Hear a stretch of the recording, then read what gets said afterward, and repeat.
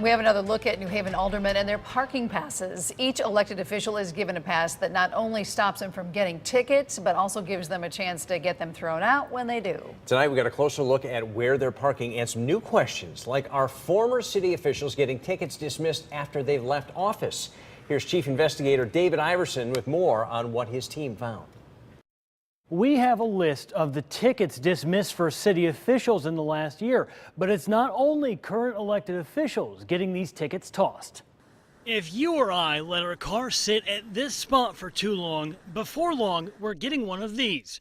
But not city aldermen. They have a pass just like this. They can park at any meter without being ticketed as long as they're on city business. But they do get tickets, and they can get them dismissed. Take, for instance, Ernie Santiago, Ward 15 alderman. In the last year, he's had 4 tickets dismissed, but only 2 for empty meters. The other 2, Ernie parked too close to a fire hydrant and in a handicap zone. The city dismissed those tickets like any other. The claim? He was on city business.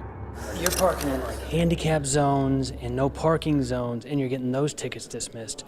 And that's what we're asking about. Those. Hold on, we could talk afterwards. Okay. I gotta go right now. I hear you. We definitely could talk. Alderman Brian Wingate also had tickets dismissed for the same thing. Brian was ticketed for parking in a handicap zone. It was dismissed because, again, he said he was on city business. I don't have no comment to the story right now. As of right now, I don't have a comment. Jacqueline James had the most tickets dismissed, 15 of them in just the last year, most of them for letting the meter expire.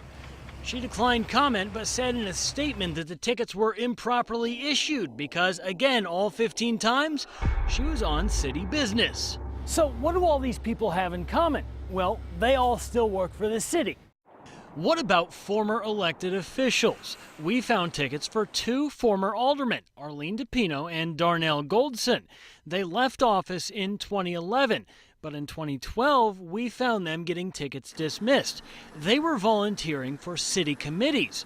Legislative Service Director Al Lucas agreed to dismiss their tickets. Back to the elected officials. Remember Ernie and his handicap parking spot? I thought this was an exit. Yes. No, Can we talk to you? Our producer had to follow him through an exit for that comment he said he would give us. Ernie offered only this. You know what? No comment. No comment. Okay. Thank you.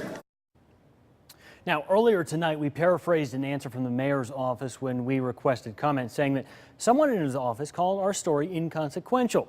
The mayor's office tonight released a statement. It reads in part the statement made earlier today in a story by WTNH reporter David Iverson that the mayor had no comment because the matter was inconsequential was factually inaccurate.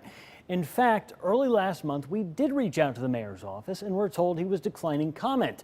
A press liaison for the mayor's office told our producer if the mayor responded to every story like this, he would be unable to run the city, calling it an issue for the aldermen to deal with. Tonight, the city issued the statement without talking to the woman we spoke with. We're told she's out of town. Tomorrow, we plan on giving the city every chance to respond to our findings on the record, and we'll bring you exactly what they say. Their entire statement is on our website, as well as the rest of our findings. For the News 8 investigators, David Iverson reporting. All right, David, thanks. An alderwoman the News 8 investigators told you about in this story last night has issued a response to that story. It says in part, quote, Alderwoman Brenda Jones-Barnes has become aware that the city is conducting an investigation into the use of aldermanic parking permits. She intends to cooperate fully with the city in its investigation. She further intends to honor the results of that investigation wherever it may lead. If you've got something you want us to look into, you can always count on the News 8 investigators to get you answers. Just give a call to our News 8 investigators tip line. That's the number 203-402-TIP-8.